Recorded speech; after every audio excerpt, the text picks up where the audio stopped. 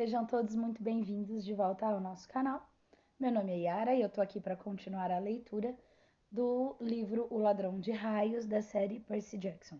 Esse será o capítulo 13. Então, se você tá chegando agora, fique sabendo que nós temos os outros capítulos deste livro lidos já aqui na nossa lista de vídeos do canal, assim como muitos outros livros que já foram lidos.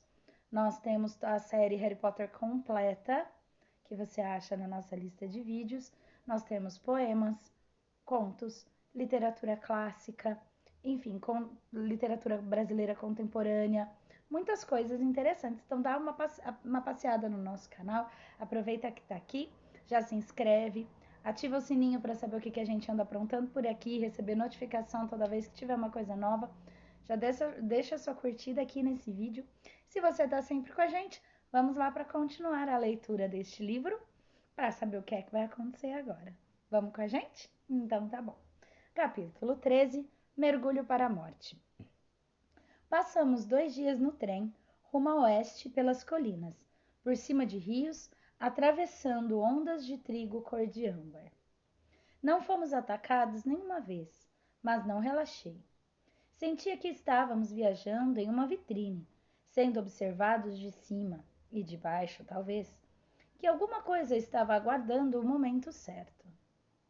Tentei ser discreto, pois meu nome e fotografia estavam estampados nas primeiras páginas de vários jornais da costa leste. O The Trenton Register News publicou uma foto tirada por um turista quando desci do ônibus da Greyhound. Estava com uma expressão ensandecida nos olhos. Minha espada era um borrão metálico em minhas mãos. Poderia ser um taco de beisebol ou de lacrosse. A legenda da foto dizia: Percy Jackson, 12 anos, procurado para interrogatório sobre o desaparecimento em Long Island de sua mãe há 2 semanas. Aparece aqui fugindo do ônibus onde abordou diversas passageiras idosas. O ônibus explodiu no acostamento de uma rodovia a leste de New Jersey, logo depois que Jackson fugiu da cena do crime. Com base em relatos de testemunhas, a polícia acredita que o menino possa estar viajando com 2 cúmplices adolescentes. O padrasto, Gabe Ugliano, ofereceu uma recompensa em dinheiro para qualquer informação que leve à sua captura. Não se preocupe, disse-me Annabeth. A polícia dos mortais nunca nos encontraria. Mas ela não me pareceu muito segura disso. Passei o resto do dia alternando entre andar de uma ponta a outra do trem, pois para mim era muito difícil ficar sentado, e olhar pelas janelas. Numa oportunidade, avistei uma família de centauros galopando por um campo de trigo, arcos de prontidão, como se estivessem caçando o almoço. O menininho centauro, que era do tamanho de uma criança de 2ª série, montado em um pônei, percebeu que eu estava olhando e acenou. Olhei em volta no vagão de passageiros, porém mais ninguém reparou. Os passageiros adultos estavam todos com a cara enterrada em laptops ou revistas. Em outra, mais ao anoitecer, vi algo muito grande se movendo pelo bosque. Poderia jurar que era um leão, só que não há leões vivendo soltos nos Estados Unidos, e aquilo era do tamanho de um tanque de guerra. O pelo tinha reflexos dourados à luz do entardecer. Ele então saltou por entre as árvores e desapareceu. O dinheiro da recompensa por devolver o poodle Gladiola só foi bastante para comprar passagens até Denver. Não pudemos comprar leitos no vagão dormitório, então cochilamos nos assentos. Meu pescoço ficou duro. Tentei não babar enquanto dormia, já que Annabeth estava sentada bem ao meu lado. Groover ficou roncando e balindo e me acordava. No momento, ele se agitou demais e um dos seus pés falsos caiu. Annabeth e eu tivemos de enfiá-los de volta antes que algum dos outros passageiros notasse. E então? Annabeth me perguntou depois que recolocamos o tênis de Groover. Quem quer a sua ajuda? O que quer dizer? Quando estava dormindo agora mesmo, você murmurou. Não quero ajudar você. Com quem você estava sonhando? Estava em dúvida sobre dizer alguma coisa. Era a 2ª vez que sonhava com a voz maligna do abismo. Aquilo me incomodava tanto que por fim contei a ela. Annabeth ficou em silêncio por um bom tempo. Não parece ser Hades. Ele sempre aparece sentado em um trono negro e nunca ri. Ele ofereceu minha mãe em troca. Quem mais poderia fazer isso? Eu acho. Se ele queria dizer, ajude-me a subir do mundo inferior. Se ele quer guerra com os olimpianos. Mas por que pedir a você o raio mestre se ele já o tem? Sacudi a cabeça, desejando saber a mesma resposta. Pensei no que Groover havia contado, que as fúrias no ônibus pareciam estar procurando alguma coisa. Onde está? Onde? Talvez Groover tivesse sentido as minhas emoções. Ele bufou dormindo, resmungou algo sobre vegetais e virou a cabeça. Annabeth ajeitou o boné dele para cobrir os chifres. Percy, você não pode negociar com Hades. Sabe disso, certo? Ele é enganador, cruel e ganancioso. Não me importo se suas benevolentes não foram tão agressivas dessa vez. Dessa vez? Perguntei. Quer dizer que você já cruzou com elas antes? A mão dela deslizou até o colar. Ela manuseou uma conta branca vitrificada na qual estava pintada a imagem de um pinheiro, um dos seus marcos de fim de verão em argila. Digamos apenas que não morro de amores pelo Senhor dos Mortos. Você não pode ficar tentando negociar a sua mãe. O que faria se fosse seu pai? Isso é fácil, disse ela. Eu o deixaria apodrecer. Sério? Os olhos cinzentos de Annabeth se fixaram em mim. Estavam com a mesma expressão que vi no bosque, no acampamento, no momento em que ela puxou a espada contra o cão infernal. Meu pai me detestou desde o dia que nasci, Percy, disse ela.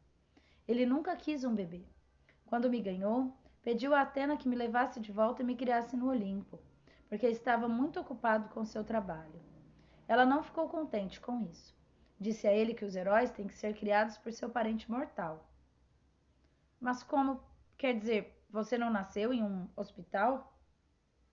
Apareci na porta do meu pai, em um berço de ouro trazido do Olimpo por Zéfiro, o vento ocidental. Daí você imaginaria que meu pai se lembrasse disso como um milagre, não é? Como se, quem sabe, tivesse feito algumas fotos digitais ou algo do tipo. Mas ele sempre falou sobre a minha chegada como se fosse a coisa mais inconveniente que já lhe acontecera. Quando eu tinha 5 anos, ele se casou e esqueceu totalmente Atena. Arranjou uma esposa mortal normal, teve 2 filhos mortais normais e tentou fazer de conta que eu não existia. Olhei pela janela do trem. As luzes de uma cidade adormecida estavam passando. Quis fazer Annabeth se sentir melhor, mas não sabia como. Minha mãe se casou com um cara horroroso demais, contei a ela. Groover disse que ela fez isso para me proteger, para me esconder no cheiro de uma família humana. Quem sabe se seu pai não estava pensando nisso? Annabeth continuou focada em seu olhar. Apertava o anel de formatura de ouro que estava pendurado entre as contas. Ocorreu-me que o anel devia ser do pai dela. Fiquei imaginando por que ela o usava se o odiava tanto. Ele não liga para mim, disse ela. A mulher dele, minha madrasta, me tratava como uma aberração. Ela ia me deixar brincar com os filhos dela. Meu pai concordava.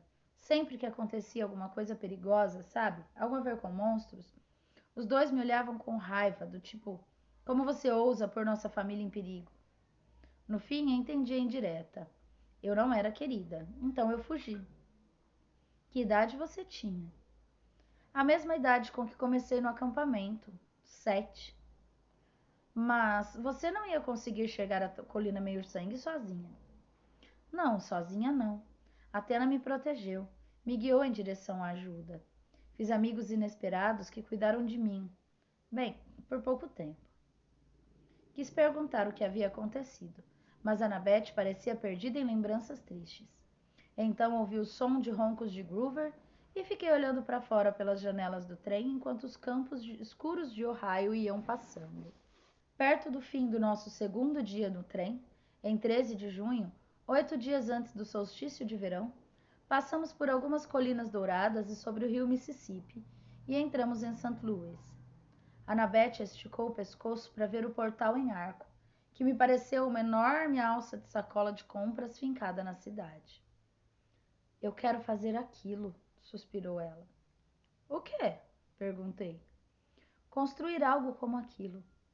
Você já viu o Partenon, Percy? só em fotos. Algum dia eu vou vê-lo em pessoa.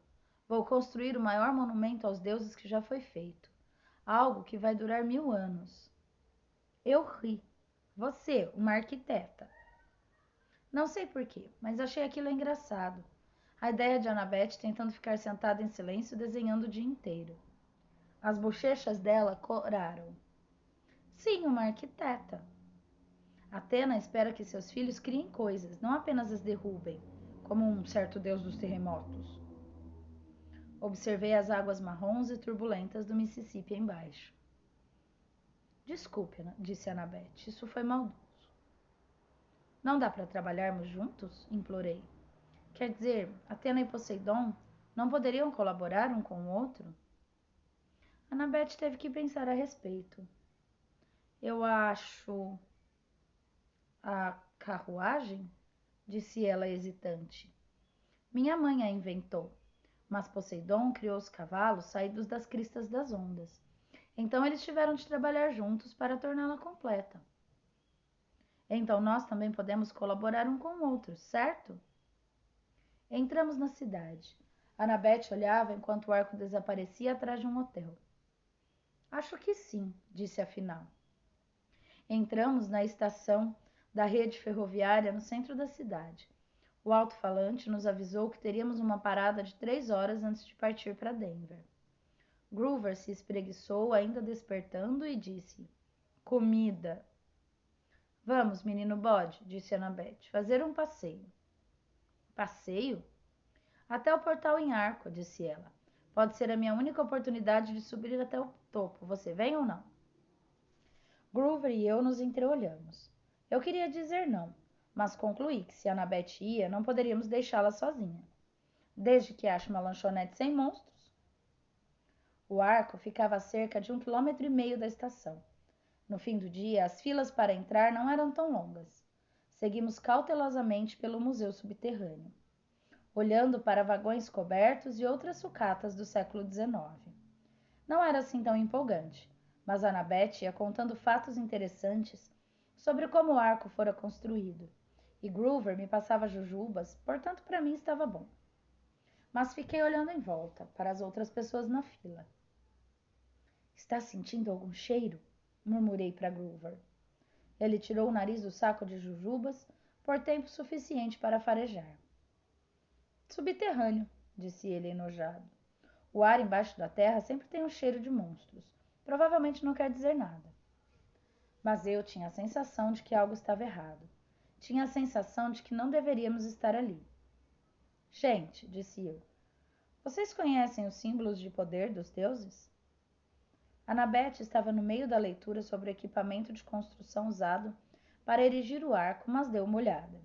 Sim? Bem, Hades. Estamos em local público. Você quer dizer o nosso amigo do andar de baixo? Certo, falei.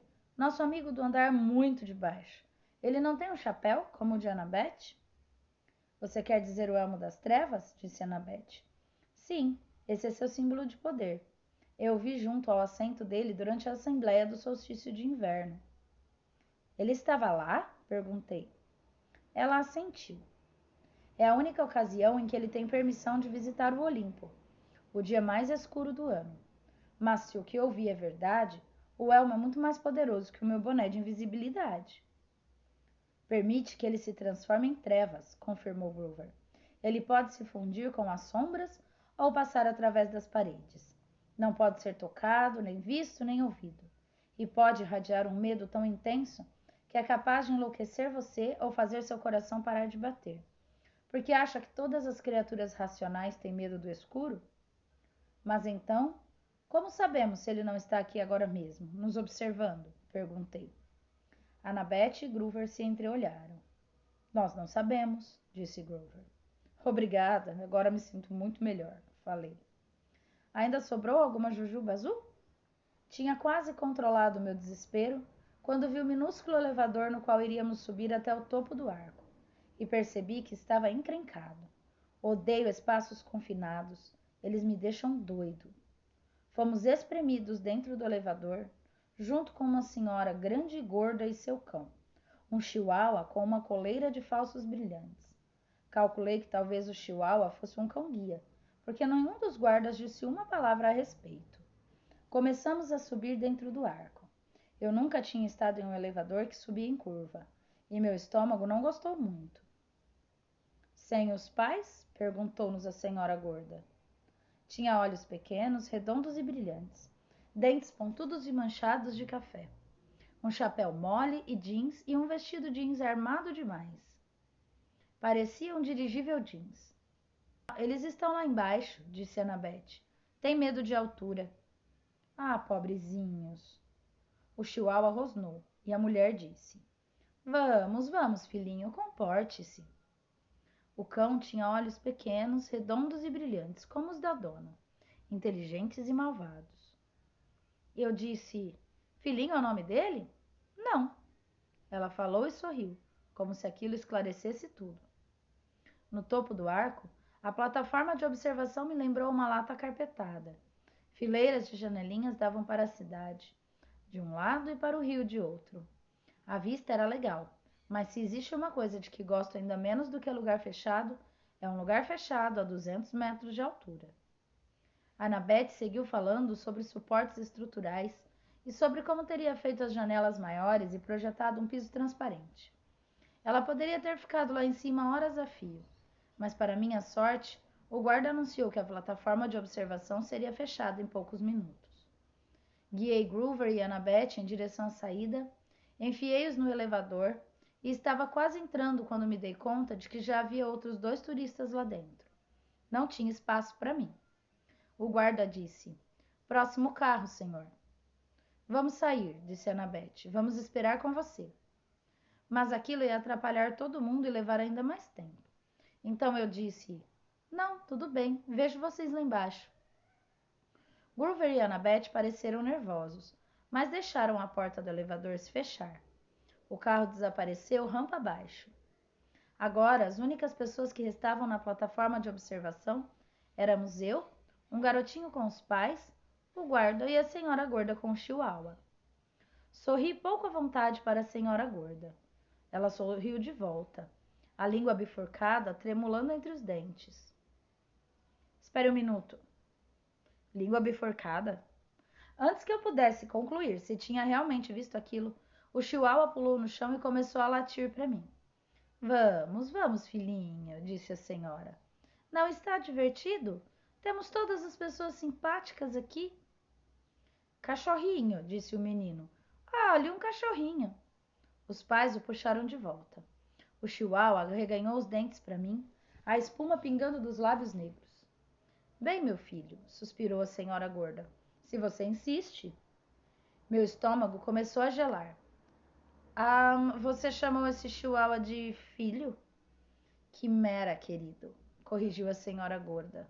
Não é um chihuahua. É um engano muito comum. Ela reganhou as mangas jeans, mostrando que a pele do seu braço era escamosa e verde. Quando sorriu, vi que seus dentes eram presas. As pupilas dos olhos eram fendas verticais como a dos répteis. O chihuahua latiu mais alto e a cada latido ele crescia. Primeiro ficou do tamanho de um Doberman, depois de um leão. O latido se transformou em rugido. O menininho gritou. Os pais o puxaram para a saída bem na direção do guarda, que estava paralisado, de olhos arregalados para o monstro. A quimera estava tão alta que suas costas tocavam o teto. Tinha cabeça de leão, com a juba untada de sangue, o corpo e os cascos de um bode gigante e uma serpente no lugar da cauda. Losangos de 3 metros de comprimento brotavam do traseiro peludo. Ainda tinha no pescoço a coleira de falsos brilhantes, e a placa, do tamanho de um prato, agora era fácil de ler. Quimera. Raivosa, hálito de fogo, venenosa, se encontrada, favor ligar para o Tártaro, ramal 954. Percebi que não havia sequer tirado a tampa da minha espada. Minhas mãos estavam amortecidas. Eu estava a 3 metros da bocarra sangrenta da quimera, e sabia que assim que me mexesse a criatura iria intervir.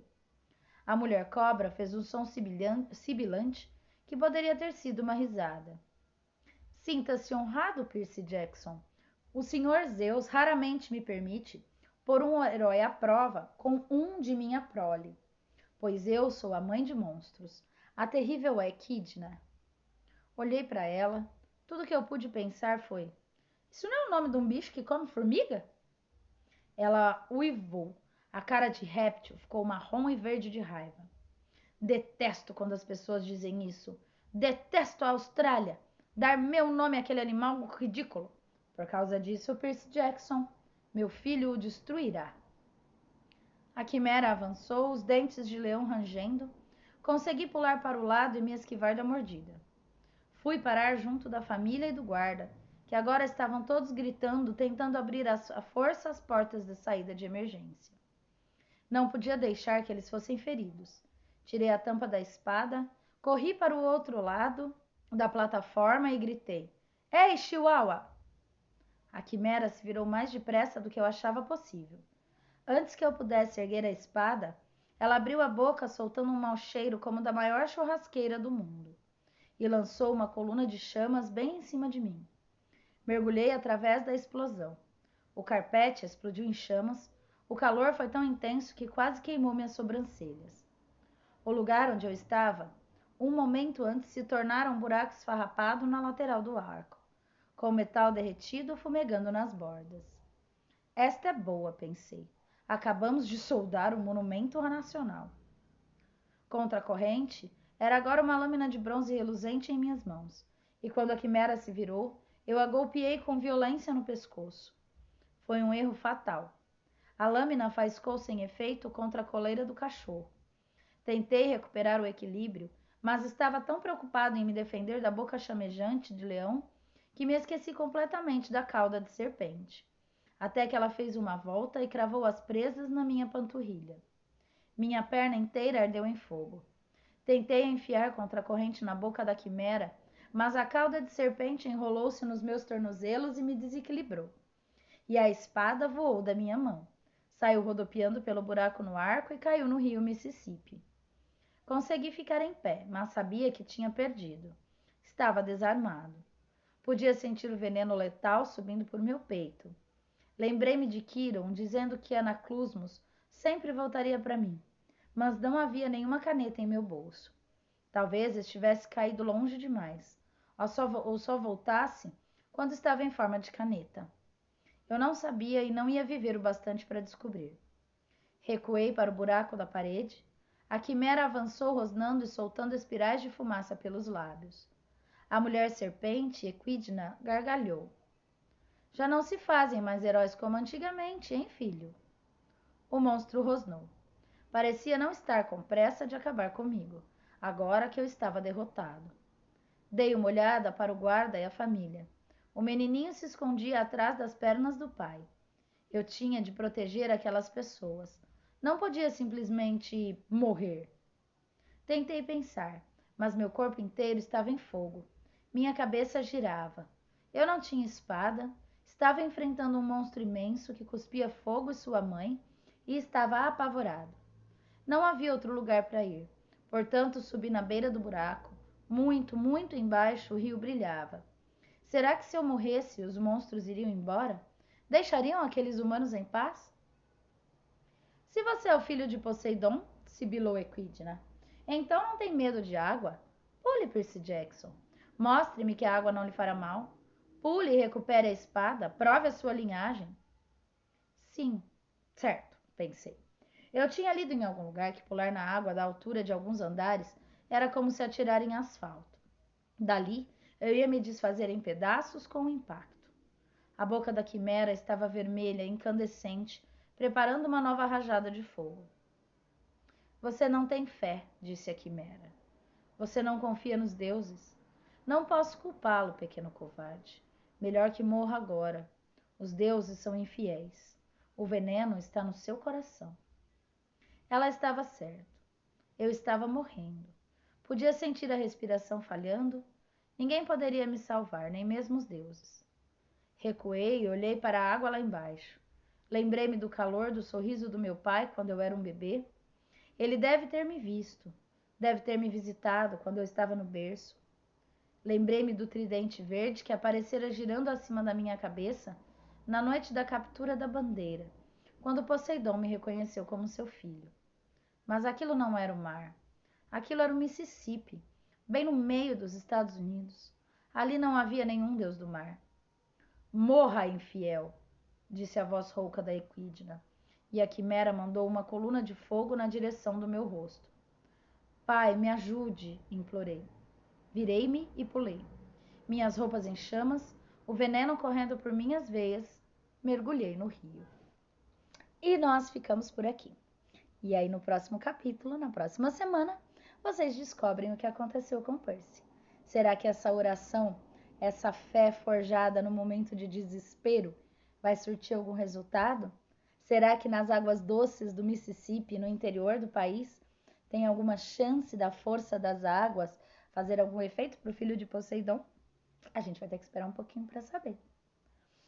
E esse capítulo na verdade não, né? Na minha leitura, o livro, na minha leitura original desse livro, a primeira vez que eu li, uma das coisas que mais me divertia era a forma como o autor disfarça os monstros durante a história, né? Então, uma velha, grande e gorda que trata um cachorro furioso como se fosse um filhinho, se é Equidna cuidando de uma quimera. E, inclusive, eu acho muito bom a ideia de um chihuahua ser uma quimera. Gente, para pra pensar. Se um chihuahua não pode muito bem ser uma quimera. E aí eu lembro que uma das minhas grandes diversões, enquanto eu tava lendo o livro, é quando eu estava nos lugares e tinham figuras meio bizarras. Eu ficava imaginando que monstro que aquela pessoa poderia ser, ou aquele animal, ou aquele conjunto de pessoa com animal. Então, sempre que eu vi uma coisa bizarra, enquanto eu lia o livro, eu ficava me perguntando se aquilo eram mesmo pessoas ou se era só a névoa cegando meus olhos humanos e o que aquilo poderia se transformar. Eu me diverti bastante com essas imagens. Bom, a gente vai ficando por aqui. Curte esse vídeo, manda esse vídeo para os amigos, dá uma força para o nosso canal e continua aqui com a gente com as próximas leituras. Um grande beijo para todos e até a próxima vez.